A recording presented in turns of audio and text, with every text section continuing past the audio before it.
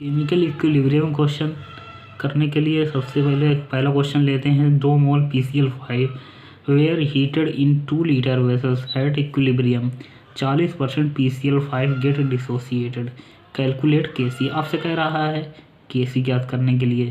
तो PCl5 जब टूटेगा तो PCl3 प्लस Cl2 में टूट जाएगा। जब हमने कोई भी टाइम पास नहीं किया, जब इनिशियली t बराबर 0 पर ये 2 मोल जो रिएक्टेंट साइड में हैं ये एज इट इज़ रहेंगे, और जब 2 मोल ये रहेगा तो 0 ये और 0 दोनों प्रोडक्ट साइड में कोई भी मोल बनेगा नहीं। जब ये टूट जाएगा, मान लीजिए x टूटा, x मान लीजिए टूटा, तो ये हो जाएगा 2 - x, और ये जितना टूटेगा रिएक्टेंट उतना ही प्रोडक्ट साइड में बनेगा। तो प्लस x इधर से बन गया, प्लस x इधर बन गया, 2 - x ये हो जाएगा x और ये हो जाएगा x। तो आके क्वेश्चन यहीं रुक जा रहा है कि ये x की वैल्यू किस तरीके से निकाली जाए। तो x की वैल्यू निकालने के लिए एक यहाँ पे एक लाइन लिखी होती है, यहाँ पे दिया हुआ है eight equilibrium 40% PCl5 get dissociated. तो x की वैल्यू आपने निकाल ली, x बराबर 2 का 40% 100, तो x की वैल्यू आ गई 0.8। तो 0.8 आई है, तो 0.8 इसमें माइनस करोगे 1.2 मोल आ जाएगा। यहाँ पे x की दर पे रखोगे 0.8। अब चूँकि Kc लिखोगे तो Kc बराबर होता है प्रोडक्ट की पावर उसका कंसंट्रेशन अपॉन रिएक्टेंट की कंसंट्रेशन। तो PCl3 की वैल्यू है 0.8 और Cl2 की है 0.8।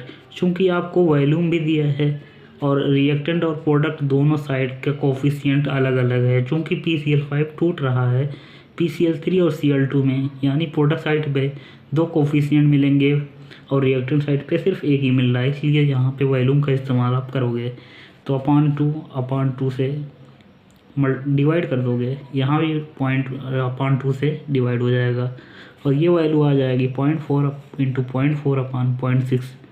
तो ये वैल्यू आ जाएगी और ये आंसर आ जाएगा 0.226, ये आंसर हो जाएगा। क्वेश्चन दिया हुआ है आपका A + B = C + D if initial concentration of A and B are equal, then calculate Kc given equilibrium concentration of D will be twice of A। आपसे कह रहा है A और B की कंसंट्रेशन बराबर है, यानी आप लिखोगे A + B = C + D। तो A और B की कंसंट्रेशन बराबर है, तो A भी 1 मोलर मान सकते हो, B भी 1 मोलर मान सकते हो। t बराबर 0 पे, यानी कोई भी टाइम आपने पास नहीं किया, तो रिएक्टेंट 1 मोलर दोनों बचे होंगे, प्रोडक्ट साइड पे 0 होगा। अब जैसे इक्विलिब्रियम पे पहुंचोगे, इक्विलिब्रियम पे पहुंचते ही x मोल ये टूट गया और ये भी x मोल टूट जाएगा और प्रोडक्ट साइड पे उतना ही बन जाएगा x मोलर। हाँ, बात उठी x की वैल्यू कैसे निकाली जाए। तो x की वैल्यू निकालने के लिए यहाँ पे दिया हुआ है equilibrium concentration of D will be twice of A। ये इक्विलिब्रियम कंसंट्रेशन जो है D ये 2 गुना है A के, तो D है ट्वाइस ऑफ A, यानी D बराबर 2 × A, 2 गुना है A के। तो D की वैल्यू आप देख सकते हो यहाँ पे x है, तो x बराबर, और A की वैल्यू है आपने निकाली है 1 - x, तो रख दोगे 2 × 1 - x, तो x बराबर आ जाएगा 2 × और ये गुणा करोगे अंदर 2 - x हो जाएगा, 2x इधर आएगा 3x हो जाएगा बराबर 2x बराबर आ जाएगा 3/2। ये x की वैल्यू आपको मिल जाएगी 3/2। अब x की वैल्यू आपने पुट कर दी 1 - 1/3, तो 3/2, 1 - 3/2 तो 1/3 आ जाएगा, 1/3 आ जाएगा और ये आ जाएगा 3/2। अब आपको Kc निकालना है, तो Kc बराबर प्रोडक्ट की कंसंट्रेशन अपॉन रिएक्टेंट की कंसंट्रेशन। तो Kc बराबर हो जाएगा प्रोडक्ट यानी C और D की कंसंट्रेशन अपॉन A और B की रिएक्टेंट की कंसंट्रेशन, ये बराबर हो जाएगा। तो Kc बराबर C की कंसंट्रेशन आपने निकाली है 2/3, D की भी निकाली है 2/3 और A की निकाली 1/3, B की भी 1/3।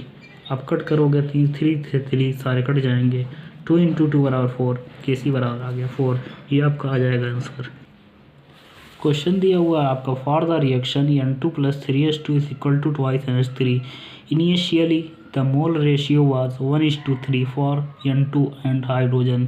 Nitrogen and hydrogen at equilibrium 50% of each has reacted. Then calculate partial pressure of ammonia given total pressure at equilibrium बराबर P. आपको दिया हुआ है और कह रहा पार्शियल प्रेशर। तो यहाँ पे ये क्वेश्चन आपको थोड़ा लॉन्ग हो जाता है। इसको सॉल्व करने के लिए पहले आप इक्वेशन लिखोगे N2 + 3H2 = 2 NH3। ये हो जाएगा, तो ये हो जाएगा आपका N2 + 3H2 = 2 NH3। N2 है नाइट्रोजन 1 मोल, 1:3 का रेशियो आपने दिया था 1, और ये हो जाएगा 3। चूँकि यहाँ पे आप देखोगे कि लिमिटिंग रिएजेंट कौन होता है, लिमिटिंग रिएजेंट यहाँ पे करोगे तो 1 मोलर दिया हुआ है 1 मोल पान कोफिशिएंट इसके 1 मोल 1 है, तो कोफिशिएंट 1/1 करोगे तो 1 आएगा। यहाँ पे 3/3 करोगे 1 आएगा। किसी को आप लिमिटिंग रिएजेंट मान सकते हो। हमने इसको माना है, आप इसको मान सकते हो। इसको माना है तो इसमें से घटाओगे -x, तो 1 - x घटाया। यहाँ पे थोड़ा अलग तरीके से निकालते हैं। आप t = 0 पे 1 मोलर था और 3 मोलर था, यहाँ पे 0 मोलर था। जैसे ही आपने इक्विलिब्रियम पहुँचे तो यहाँ पे -x करोगे, लिमिटिंग रिएजेंट में से -x घटाओगे। जैसे ही लिमिटिंग रिएजेंट में से -x घटाओगे 1 - x हो जाएगा। यहाँ पे घटाओगे -x घटाया, जितना ये ख़त्म हुआ है उतना यहाँ भी ख़त्म होगा, और इसके कोफिशिएंट से यानी उसी के कोफिशिएंट से गुणा कर दोगे, और लिमिटिंग रिएजेंट के कोफिशिएंट यानी 1 है, इसे डिवाइड कर दोगे। यहाँ पे चलोगे बॉर्डर साइड में तो x यहाँ पे ख़त्म हुआ था तो x बना होगा +x, और इसके कोफिशिएंट यानी प्रोडक्ट के कोफिशिएंट से गुणा कर दोगे और लिमिटिंग कोफिशिएंट से डिवाइड कर दोगे, तो ये हो जाएगा 2x मोल। यहाँ पे हो गया 3 - 3x मोल, यहाँ 1 - x मोल। अब बात उठी x की वैल्यू कैसे निकाली जाए। x की वैल्यू आ जाए तो आंसर आ जाएगा। तो यहाँ पे x बराबर 1 का 50% कह रहा है, at equilibrium 50% of each has reacted, यानी 50% रिएक्ट कर चुका है। तो 1 × 50/100, तो x की वैल्यू आ गई 0.5। अब यही 0.5 उठा के आप रख दोगे। 0.5 आपने उठा के रखा तो यहाँ पे 1 - x करोगे 0.5 आ जाएगा। 3 - 3x यानी 3 - 3 × 0.5 यानी 1.5 माइनस करोगे तो 1.5 आ जाएगा, और यहाँ पे 2 × 0.5 यानी 1 आ जाएगा। ये इक्विलिब्रियम कंसंट्रेशन आ गई। अब आप यहाँ पे क्या करोगे, आपको निकालना क्या है, पार्शियल प्रेशर। तो पार्शियल प्रेशर जो होता है, पार्शियल प्रेशर बराबर जानते हैं mole fraction into total pressure. तो पार्शियल प्रेशर अमोनिया का निकालना है, तो पार्शियल प्रेशर अमोनिया बराबर हो जाएगा mole fraction of ammonia into total pressure. तो पार्शियल प्रेशर हम जानते हैं उसके मोल बटे टोटल मोल, उसके मोल बटे टोटल मोल, तो उसके मोल यानी अमोनिया के, तो अमोनिया की ये वाला 1 है, और टोटल जोड़ लोगे तो 1 + 1.5 + 0.5 यानी आ जाएगा 3, 1/3 × P, तो ये आ जाएगा P/3। यही आपका आंसर हो जाएगा। तो ऑप्शन नंबर जो होगा ये C वाला करेक्ट हो जाएगा। इस तरीके से आप